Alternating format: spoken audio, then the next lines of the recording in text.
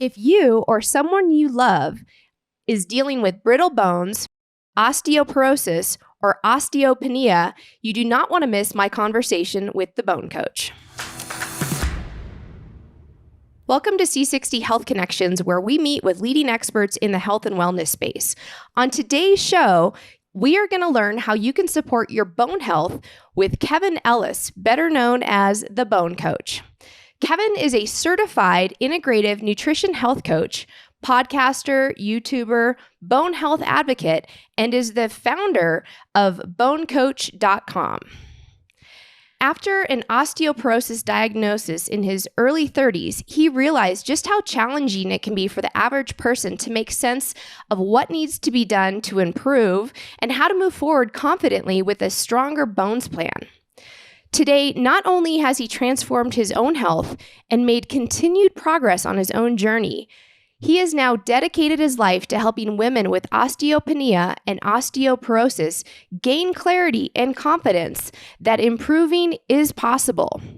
Through a unique 3-step process and world-class coaching programs, Kevin and his team of credentialed experts have helped people in over 1,500 cities around the world get confident in their Stronger Bones plan. And he is on a mission to help over 1 million people around the globe build stronger bones. My name is Jessica McNaughton, and I am the Chief Operating Officer at C60 Purple Power. I'm a business executive with years of experience in corporate America, and for more than 20 years, I've been exploring various modalities in health, wellness, and spirituality. Now, before we get started, these statements have not been evaluated by the Food and Drug Administration. Any products or topics discussed are not intended to diagnose, treat, cure, mitigate, or prevent any disease. Please consult with your doctor before making any health-related decisions. So, Kevin, so great to see you today. Thank you so much for joining me. Hey, Jess, thanks for having me here. I am really excited to have this conversation with you today.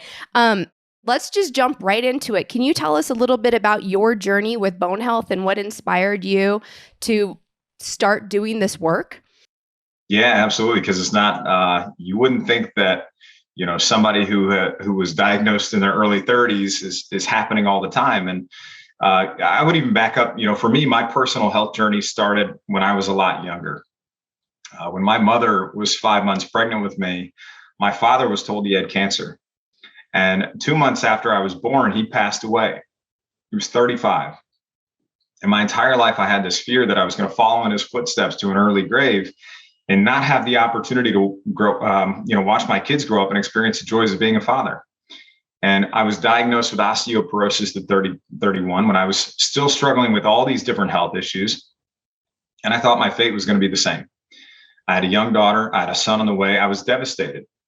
And I remember the day the doctor sat down with me and confirmed I had osteoporosis, not just a letter in the mail, like actually sat down with me. And her exact words were, "This is going to be an issue for you.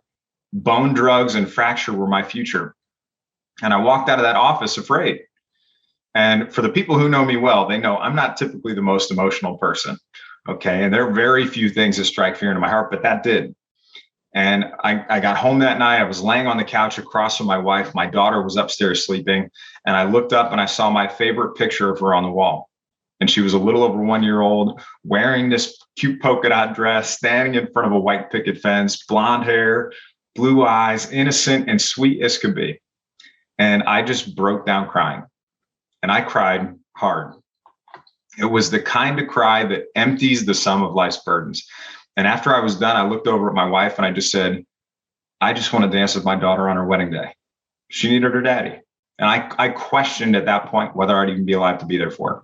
And for those first couple of days and weeks, I just kept thinking, why is this happening to me? This doesn't make sense. How is this possible? Is this my fault? What will my life be like moving forward? How will my life change? Am I the only person my age going through this? I was angry. I was upset. I was overwhelmed. And I had no idea where to get started, but I started. And I had to do a great deal of reading and research and investment and consulting with people and doctors. And my mindset eventually started to shift. And, eventually I got to the point where I was actually making progress and improvement. And along the way, I realized just how challenging it can be for the average person. And it's mostly not the average person in their 30s. It's mostly the average woman in their 50s, 60s, 70s, just how challenging it can be to get the right information to move forward confidently, to figure out what they need to be doing to address bone loss, build bone strength, and prevent fracture. Because the prescription for 90% of women who are diagnosed is calcium, vitamin D, walking, and a bone drug. And that's woefully inadequate. And it's for that reason that I started Bone Coach and bonecoach.com. Kevin, thank you for sharing your story with us. I'm really sorry about what you've had to go through and for your loss. But it sounds like you have, faced adversity head on, and you have transmuted it into something that's a really kind of powerful protocol to help other people suffering with what you've also been dealing with. So can you tell us a little bit about what is osteopenia and what is osteoporosis, and how would you know if you have it? Absolutely. So osteoporosis literally means porous bone. Okay. It's a disease characterized by not enough bone formation, excessive bone loss, or a combination of the two. And in osteoporosis, both bone quality and bone density are reduced, which is going to increase the risk of fracture. And the way you find out you have osteoporosis is through a DEXA scan. That's dual energy X-ray absorptiometry. It's a painless test, kind of like an X-ray, but very low levels of radiation. You lay down on the machine does a scan to tell you your bone mineral density, so the actual bone mineral content. And then it's going to generate a score. And that score is called a T-score. And a T-score is comparing your bone mineral density to that of a healthy young adult. And a score of 0 means that your bone mineral density is equal to the norm for a healthy young adult. +1 or -1, still considered normal or healthy. A T-score of -1 to -2.5 indicates that you have low bone mass, oftentimes called osteopenia, which is like the precursor to osteoporosis. A T-score of -2.5 or lower, that's going to indicate that you have osteoporosis. The greater that negative number becomes, so -2.5, -2.6, -2.7, the more severe the osteoporosis is. And that's, most of the women that are getting these scans done, they're not necessarily getting done in their 50s. Sometimes they're not even done until they're 65 as a check in the box. And that's not good enough. So we want to make sure, if you haven't already had a bone density scan done and you're in your 30s, your 40s, your 50s, even your 60s, it's probably a good idea to go get one. There are other ways to understand your bone mineral density too. There's some other technologies that are making their way throughout the US. Some of them are already in Europe, but that's kind of the gold standard, is the DEXA scan at this point. Okay. So what causes porous bones? There are a lot of different conditions, behaviors, medications, diseases, things like that. I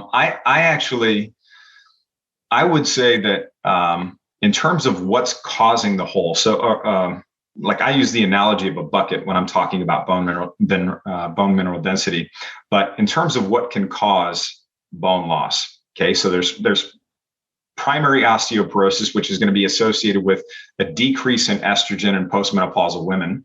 Estrogen has a protective effect on bone. When estrogen levels decrease, as they do during menopause, it's going to cause an increase in the activity level of cells that break down bone. But then there's a whole nother cause of osteoporosis, and that's secondary osteoporosis. And this is the category I fell into. And this is where osteoporosis occurs as a result of behaviors, conditions, diseases, disorders, medications.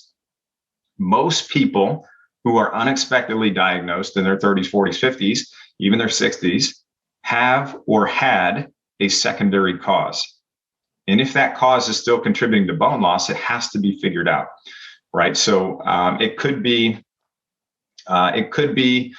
high stress, poor sleep, autoimmune conditions, specific medications that people are taking. Maybe they're leading a sedentary lifestyle, poor diet and nutrition, not getting the right nutrients. Those could all be contributing factors to additional bone loss. And I think what's really important for people to understand is just because you're diagnosed with osteoporosis does not mean you're still actively losing bone right now.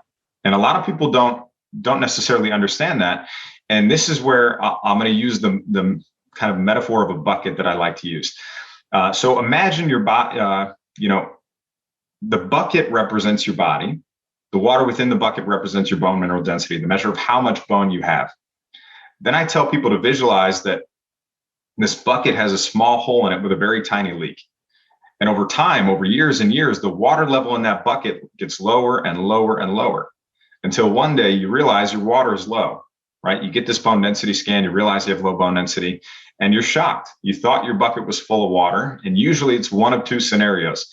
Either you had a bunch of health issues, and that's what led you to get a DEXA scan, or you're on the opposite end of the spectrum. You eat healthy, you work out, you think you're doing things right, and you get a DEXA scan as a check in the box, and you find out you have osteopenia or osteoporosis. And then you immediately have this reaction of, I have to do something right now. But the first thing we have to understand is there a hole in your bucket right now? Are you still actively losing bone? What caused it? So what are those contributing factors? Or was there even a hole in the first place? Because your bucket may not have even been full of water to begin with. So the first thing you have to understand is, are you still actively losing bone right now? Which is determined by something called their bone turnover markers. A serum CTX is a good test for that. That's a CT low peptide test. And what it's looking at is the activity level of cells that are breaking down bone. If that activity level is really high, that can be an indicator of active bone loss.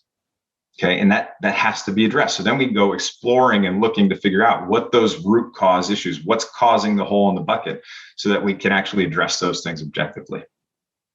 So it sounds like, correct me if I'm wrong, that it's more likely that women could suffer from bone health issues than men because of menopause and the loss of estrogen. However, men could still be at risk for bone loss issues because of the fact of these secondary issues, whether it be lifestyle, medications, various kind of environmental factors. Is that accurate?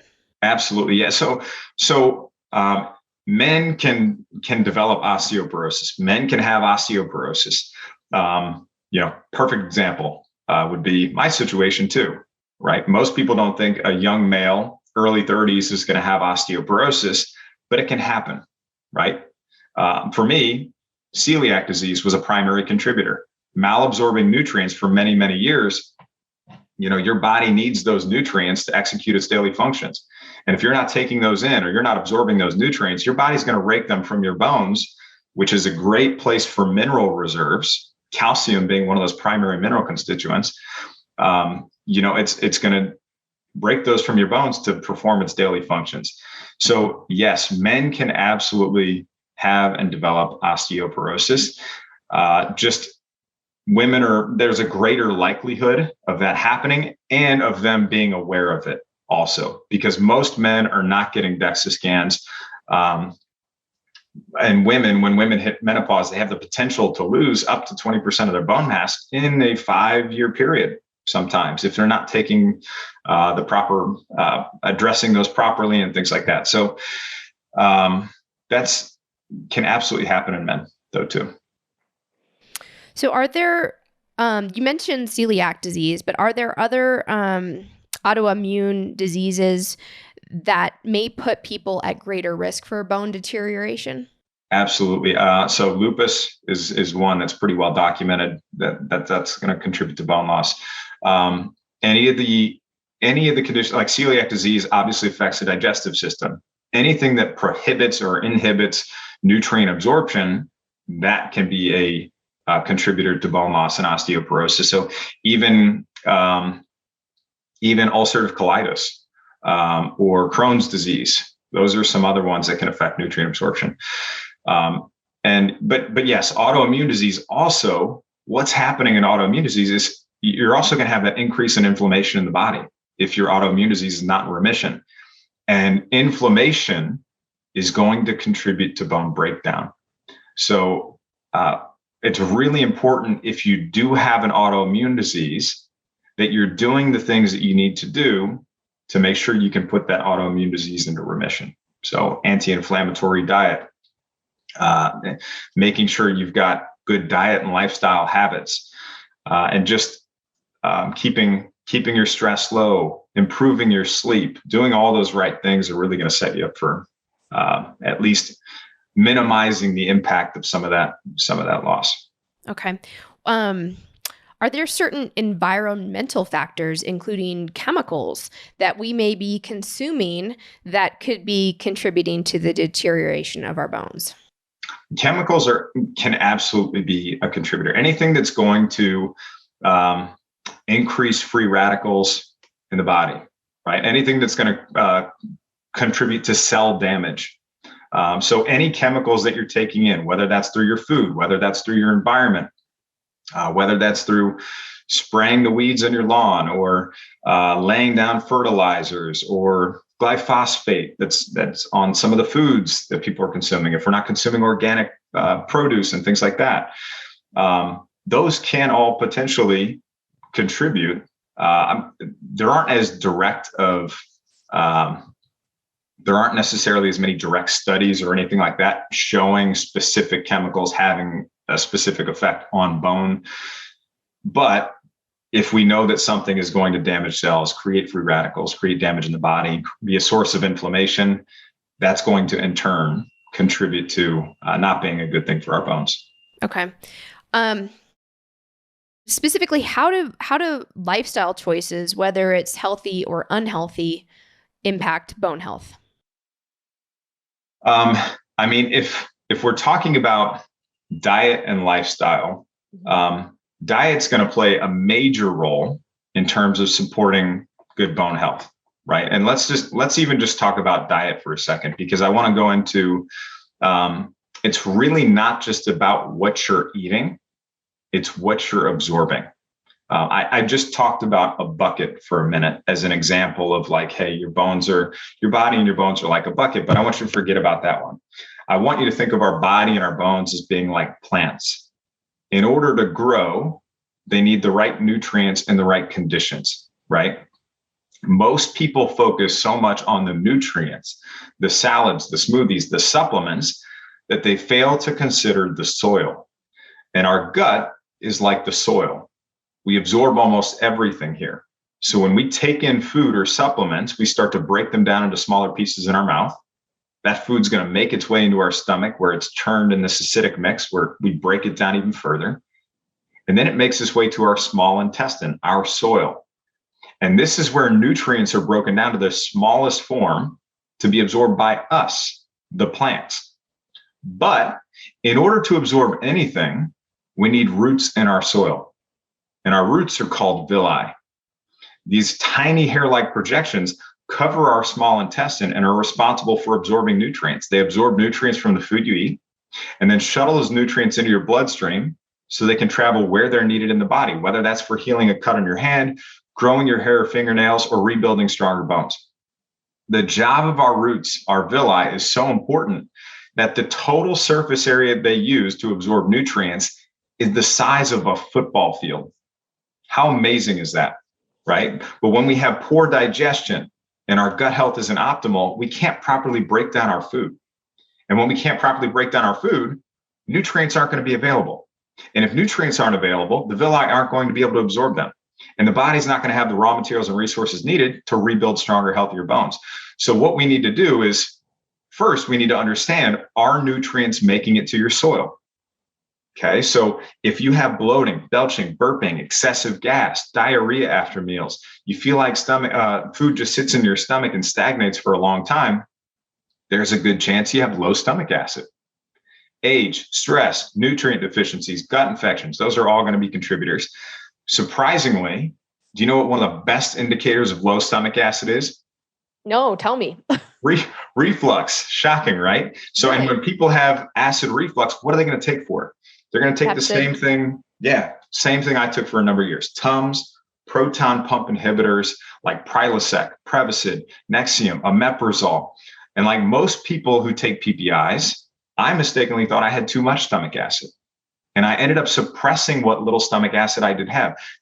the reason that's a problem is because we need stomach acid to properly break down and extract nutrients from our food, like amino acids, the building blocks of protein. Our bones are 50% protein by volume, so they need amino acids. So Kevin, you've just said a tremendous amount right there, and I want to unpack it because I want to make sure I fully understand this. Are you saying that if you are somebody who regularly deals with indigestion, acid reflux, that in fact you might have a smaller amount of stomach acid than you actually need and not too much? Potentially, yeah. Yeah, Okay. That's usually the case. Okay. Is a lot of times people who are taking proton pump inhibitors and things like that to reduce that stomach acid, it could be a lack of stomach acid usually in that case. Wow. Okay, so let's say somebody, out there is listening to this and that particular, nugget of knowledge really resonates with them. At like right now, what do they do with this information? Like if they're going to call their doctor, what kind of questions, open-ended questions should they be asking to help their doctor clue in to this as a possible issue? You can actually get your stomach acid. There are different ways that you can test to see what your stomach acid levels are, but you can ask your physician to help you understand your stomach acid levels. Some of the tests are a little more of an investment. I don't know exactly if insurance covers 100% of the investment for the test to find out what your stomach acid is if you go through your doctor, but you can find out what your stomach acid levels are. That's one way to test. And then I'm not, giving a prescription or anything like that for anybody here, but in terms of, using betaine HCl, which is like supplemental stomach acid, basically, that can actually help. And if it does help, then that may be the answer or the solution. But again, you're probably going to want to work with a functional medicine practitioner or something like that to help you dial that in and figure out if you do actually have low stomach acid. Okay, that's really interesting. All right, so what other lifestyle choices should people be aware of? And just being mindful of if they have concern about this stuff. Gut health, digestive health, paying attention to that. Part of the digestive health is, can be stomach acid, which we kind of just touched on there. And again, if you have low stomach acid, it's going to be hard to absorb amino acids, minerals, calcium, magnesium, iron, B12, all those things. But then your microbiome, if that's out of balance, it can actually be a source of inflammation that contributes to bone breakdown in the body too. Okay, so again, some of those symptoms or things you're experiencing may be very similar: bloating, belching, excessive gas, heartburn, constipation, diarrhea, even fatigue. Those can all be indicators of potential digestive issues. Okay. And in order to really understand your digestive issues, there are stool tests. Sometimes conventional doctors can run stool tests that look at things like whether you have small intestinal bacterial overgrowth, whether you have whether you have H. pylori, maybe some certain bacterial or parasitic infections. But sometimes you have to go to the functional medicine testing to really get a full understanding of that picture of what's going on with your digestive health. So I would say if you've got any of that stuff going on, you need to dial that in and figure that out first. Absolutely. Yeah. Are there any common hereditary factors that people should have an awareness of as it relates to bone health? Genetics absolutely play a role, right? And a lot of times, if the entire family or, the mother, the grandmother, everybody's got osteoporosis as you get older, and maybe the aunt and everybody else too, there's a good likelihood that there's a genetic component there also. But we need to focus on the things we can influence too. A lot of times when I talk to people, that may be what they're coming with, the mindset of, oh, well, it's just genetics. I can't do anything. It's just going to work against me anyway. We need to reframe that. And we need to reframe the way we think about that. There are things you can do, and you can make progress and improvement, even if genetics are not necessarily in your greatest favor. You can still do what you can do. So always encourage people to think positively about that. Yeah, mindset is such a huge component of the health and wellness journey, and really turning it around. So I know you shared with us that, this showed up for you in your life at a very early age. What have you seen in your coaching practice? What are the typical ages that people start noticing bone issues, both in men and women? Most of the women we work with are in their 50s and 60s. Okay. They have osteopenia, they have osteoporosis, but we have worked with people that are in their late 20s all the way up to their mid 80s. Again, if they're on the lower side, there's always a secondary cause that's contributing or has contributed in the past. And that's why I always encourage people, the earlier you can do something, or at least get an understanding of your baseline, where are your bones at right now? That way you can monitor future changes over time, so that when you do finally get a DEXA at 50 or 60 or whenever, it's not a surprise and you don't have this visceral reaction of, I have to do something right now to figure this out. And you're in a scramble. You've already been able to be on the side of prevention because you had that data. You've talked about some different tests that people can do, and some indicators, including digestion. Are there any other clues that would help people know if they might possibly have health issues outside of just kind of those gut issues? Yeah. So there are quite a few tests. When somebody comes to us and we're doing like a workup on somebody, there are quite a few tests. So bone turnover markers are super important. Those are the tests that are actually telling you what's taking place inside your bones right now. What's the level of bone breakdown? What's the level of bone formation? And then some other markers for health. Most people have already had, their vitamin D looked at. That's one of the ones that doctors will usually run that one, but the range on that is really wide. And a lot of times people will be on the lowest end of that range or just barely making it, and they'll be told that that's okay. And it's not, right? We need to raise that level up. And then the other one that's looked at is also calcium. But even when we have those two, there's still a few more tests that we need to look at to actually really understand somebody's full picture. So if you're looking, let's just use calcium and vitamin D, for example, which are two of the most common ones. We always want to go a step further with those two and then look at something called parathyroid hormone, PTH.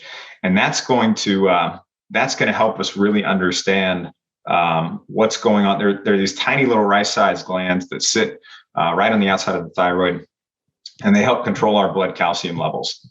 And sometimes people have an adenoma or a tumor or something like that on them that is going to contribute to elevated blood calcium levels, or can contribute to bone loss. So we need to also look at those three things together: your calcium, your vitamin D, your PTH. That's super important. Thyroid function, the testing for celiac disease, that's super important. That would be a TTG IgA test. And then you'd also look at the IgG and IgA antibodies, and even a total serum IgA. But in order for those tests to be accurate, you have to be consuming gluten for at least the past 30 days or so. So you actually have some antibodies present that those tests can pick up. And there are quite a few other tests. And then what happens is we look at some foundational labs. And if we find things in those foundational labs, then we go on to secondary causes. And then we try to rule in or out specific conditions or diseases beyond that. This is fascinating. I'm learning so much today. Thank you. You already touched a little bit on the connection between gut and bone health, but is there anything else that you want to say that's really important for people to understand, so they really get that your gut is connected to your bone health? Yeah, I mean, I would say those are probably when it comes to gut health, if you've got parasites or infections or dysbiosis, or you've got small intestinal bacterial overgrowth, those are all things that could be preventing you from absorbing nutrients and could be a source of inflammation. So if you have diarrhea, constipation, any kind of digestive issues, or I have people, soften it a little bit and say I have a bad belly, or, things like that, consider investigating that further, right? Whether through and I prefer to you can always have a balanced perspective. Yes, you can go to your conventional practitioner, but I would also get a functional medicine perspective as well. That's great. So I'm curious, is there a perfect diet to support, reclaiming your health once you've gotten an osteoporosis diagnosis? I get that question a lot. What is the perfect diet? And people hate my response. It depends, right? I absolutely hate that. We're all biochemically and genetically unique individuals. We're going to respond to different foods and dietary approaches differently, which is why there is no dietary approach that should be considered this rigid framework with zero flexibility.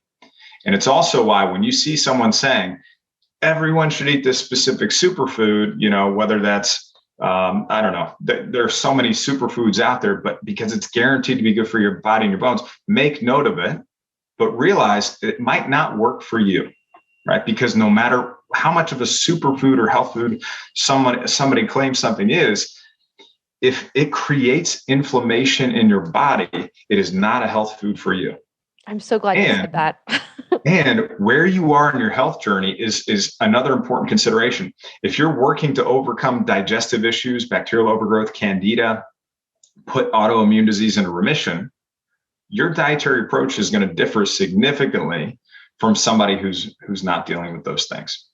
And then in terms of foods, specific foods within a diet. So people always want to then go, okay, what's the perfect diet? Well, what are some good foods that I can eat?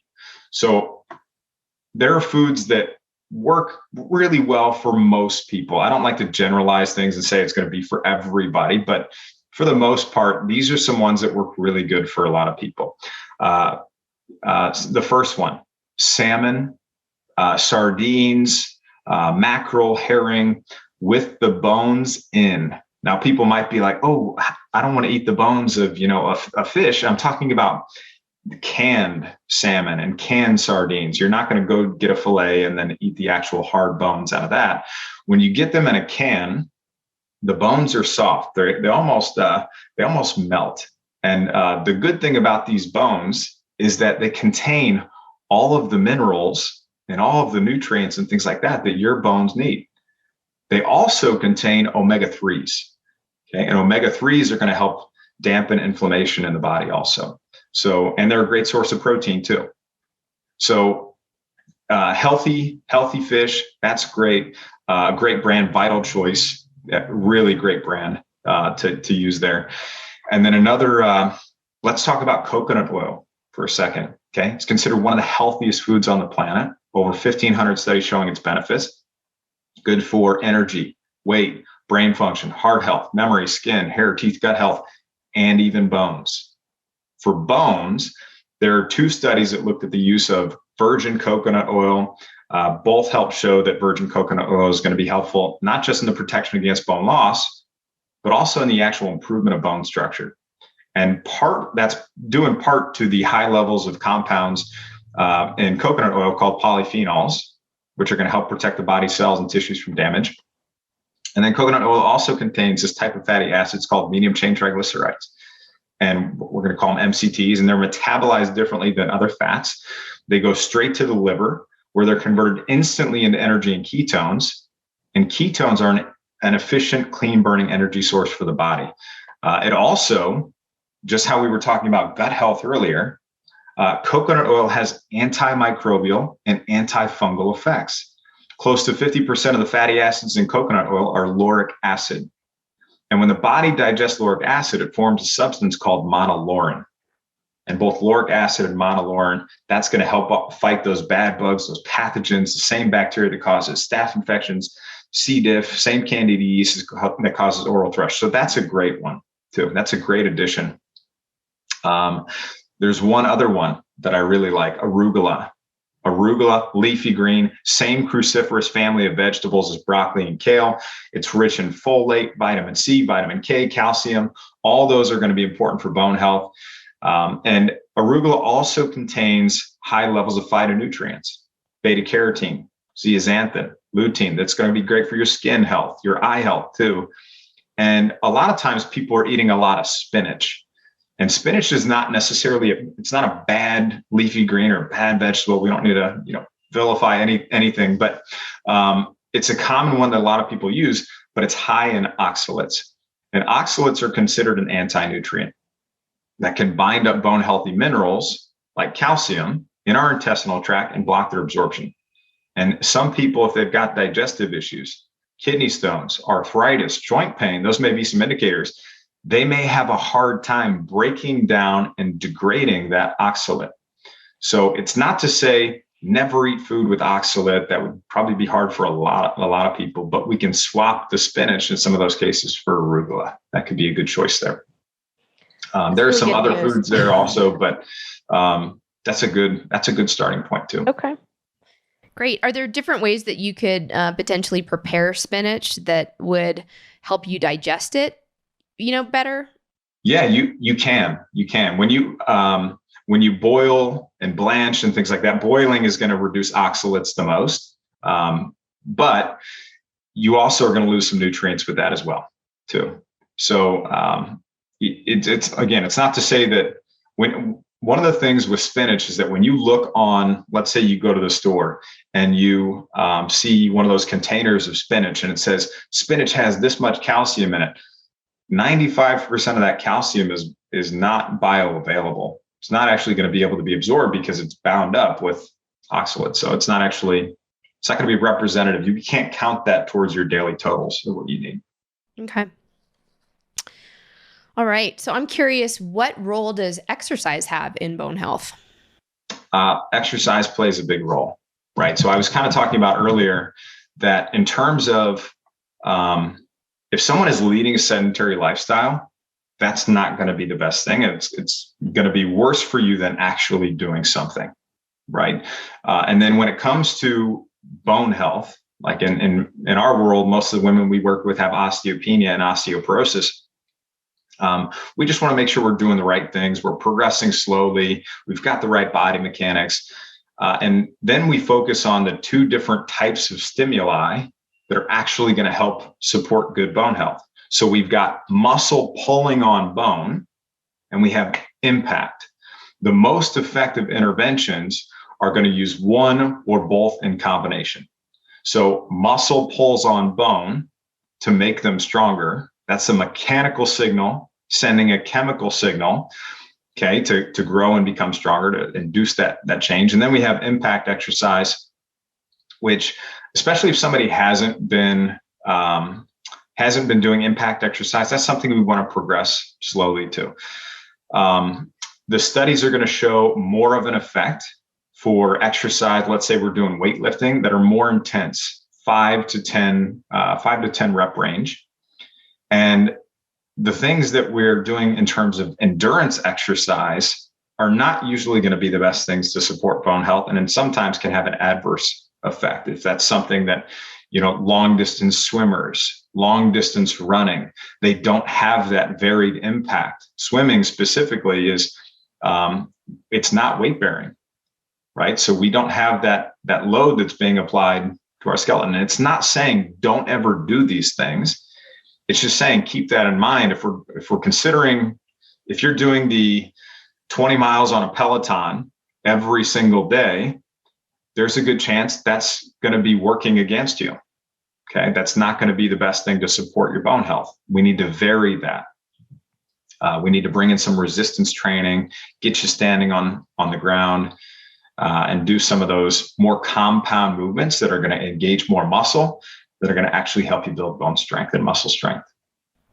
So what kind of exercises are best suited for people with fragile bones? The exercise plan doesn't necessarily look too different from, I would say, I don't even know if I would say a regular exercise routine, but we just want to make sure we're doing things that are going to surprise the bones. We're varying the things that we're doing. And we're also making sure that the intensity is where it needs to be, kind of in that rep range that I was talking about. And then we want to be doing some of those, some of the different movements that have been studied that are most effective are the bigger compound movements. Deadlifts can be helpful. And I want to put a little asterisk with that is you need to know what you're doing when you do these things. Yeah. You don't just want to go try to jump into a deadlift because you watched a YouTube video and you think you know how to do it now. Probably not going to be the best thing. And then we always want to progress slowly as we do these things too. So would it be safe to say like walking, some light swimming, Pilates, yoga, some weight training when you have some supervision and some coaching, like those types of things? Yep, Pilates can be helpful. Yoga can be helpful. In terms of walking it's great for cardiovascular health. It is a weight-bearing exercise. It can help with maintaining bone. We can't really view it as a building bone exercise, right? So, and a lot of times that's one of the recommendations that patients get when they leave their physician's office is calcium, vitamin D, walking, and a bone medication. But usually they're not talking about resistance exercise and things like that. So walking is not going to be enough. Okay. So, I know as people age, there's oftentimes this great fear of, breaking your bones and having a fracture. So if you have low bone density, is it guaranteed that you're going to have a fracture when you're older? I'm glad you asked that. The answer is no. Okay. So just because someone has low bone density, that's not the whole picture. Most people, when they get a bone density scan, that's the result that they understand. They understand their bone density. It's not to say that if you don't have low bone density, you shouldn't address it. But the other part of the picture is bone quality. Okay. So bone density that's the measure of how much bone we have, the actual mineral content of our bone. Bone quality is how that bone is organized, the actual structural integrity and microarchitecture of the bone. Those two things combine to create bone strength. So the tools that help you understand your bone quality, there is an add-on software that for the DEXA scan, you can ask your physician. So when you go in to get your bone density scan, you can ask them, does this have trabecular bone score technology? The TBS score is going to help you understand your bone quality. That's one way. There's also another technology called EchoLight that uses something called radio frequency echographic multispectrometry technology. It's called REMS for short. It's all over Europe right now. I mean, there are a couple hundred locations, I think, in Europe. There are only a handful of US at the time of this recording. But basically what it does is it uses ultrasound technology to give you a measure of your bone density, your bone quality, and then 5-year major osteoporotic fracture risk, which is great. So you can understand all those kind of parts of the picture. And those are some of the ways that you can really start to understand your bone quality too. And then in terms of what is the actual, I know we were talking about DEXA scan scores earlier. When somebody has a negative 2.5, what does that really mean? So negative 2.5 is osteoporosis. But when we're looking at bone density, what they're doing is they're giving you that T-score. They're comparing you to the healthy, normal adult group, about 26 to 29-year-old woman, approximately. And then for every standard deviation below the mean, so every negative 1.0 below, that's approximately 10 to 12% lower bone density than the group that they're comparing you to. So if you're at negative 1, about 10 to 12% lower, negative 2, about 24% lower, negative 3, about 36% lower. So you can see, and it's then the norm they're comparing you to. So you can see, as you get lower bone density, it's important to address it, but it also, bone quality then comes into that picture too. So I've seen people in the negative 3s that have never fractured. I've seen people in the negative 1s with osteopenia, or technically osteopenia by the DEXA scan score, that have fractured multiple times. That is due to bone quality. Okay. It's a good distinction. Thank you for help clearing that up. So let's talk about some solutions. What does this stronger bones plan look like? What would it incorporate? So as somebody is coming in to approach addressing bone loss, building bone strength, you have to kind of break it down. A lot of times what I see is people say, hey, I've got this vibration plate. I've got this, I started taking this supplement or pill or whatever. I want to point out from the start, there is no magic pill. Trust me, we're all looking for it. It's not out there. It doesn't exist.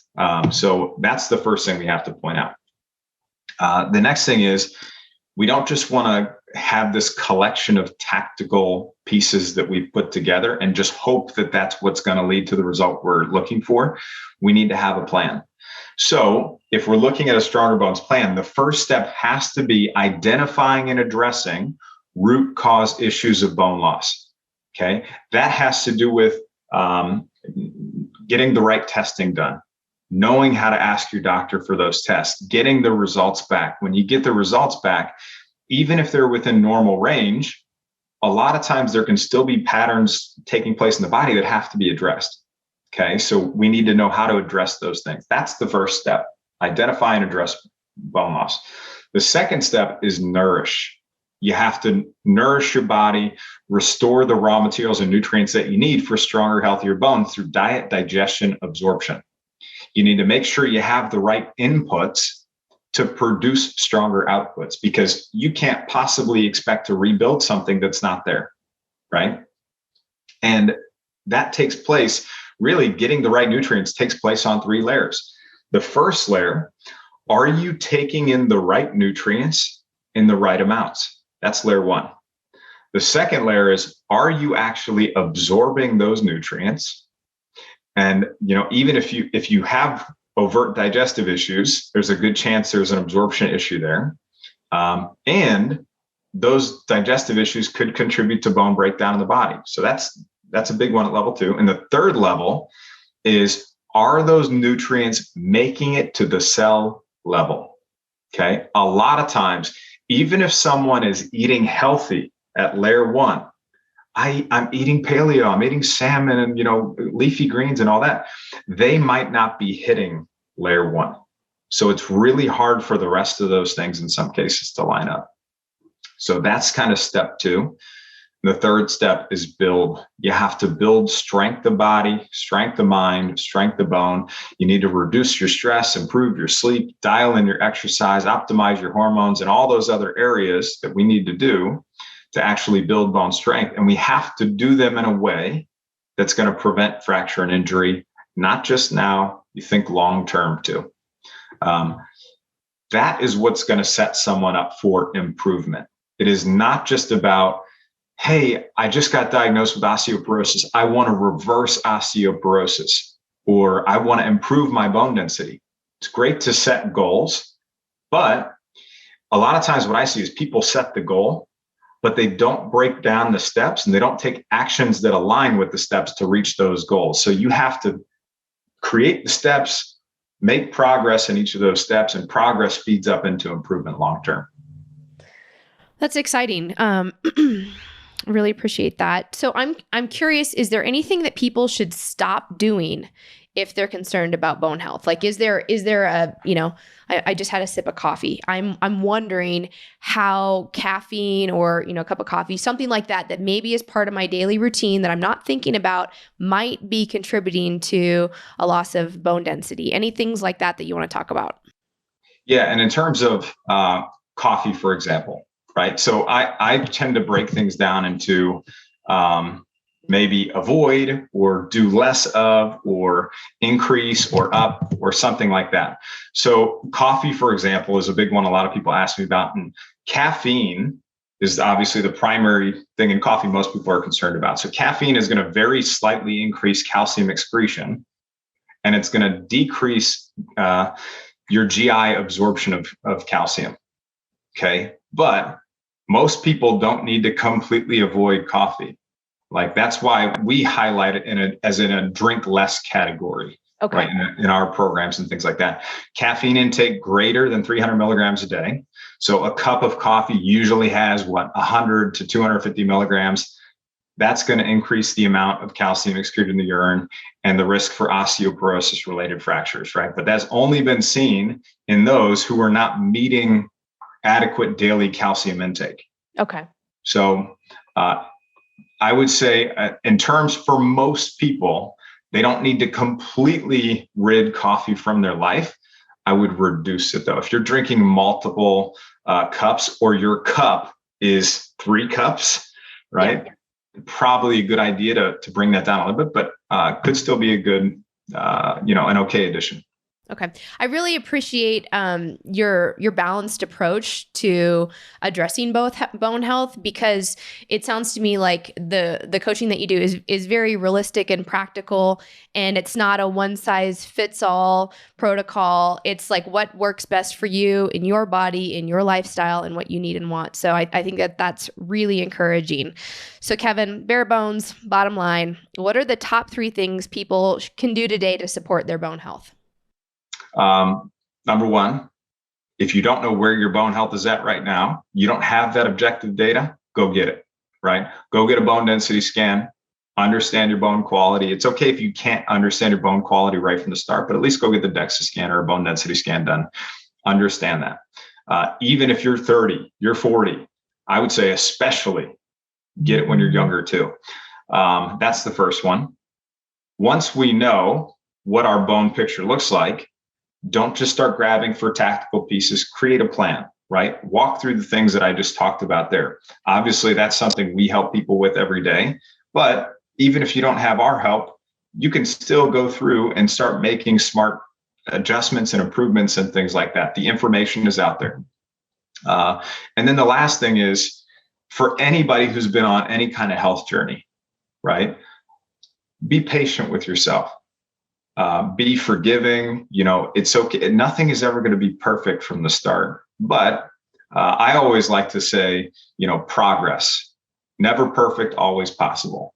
So that's something I always keep in mind myself. As long as you keep that mindset, that's probably going to be the best thing for you. Yeah, I love that. Progress over perfection. That's a really great way to live. All right. How can people get in touch with you and start working with the Bone Coach and your team? There's a couple ways. So you can always find me over at bonecoach.com. We have a 7-day osteoporosis kickstart guide over there, absolutely free. People can head over there. We have some other resources. I'll share some great resources with you, Jess, that we can maybe put in the show notes. Also, and then we've got a podcast, we have a YouTube, we've got Facebook, we've got all the different channels, Instagram, things like that too. So you can find us on there. So does everyone just search for Bone Coach on Facebook, YouTube, Instagram, all that? Yep, at Bone Coach is where you'll find me. Okay, great. But other than that, yeah, that's and I would say too, the ways in which we help people, they're kind of varied too. So we've got different programs. We've helped a lot of people. We've helped people in over 1,500 cities around the world. We have a highly credentialed team of experts. So it's not just me. We actually have a team of 13 people. And then also, we even have medical doctors and physicians that come through our programs as participants and refer patients to us already. So very, very helpful programs and things like that. And, if anybody needs help, they can head on over to bonecoach.com to find us. Well, Kevin, I so appreciate your time today. Thank you for sharing this really valuable information with our community.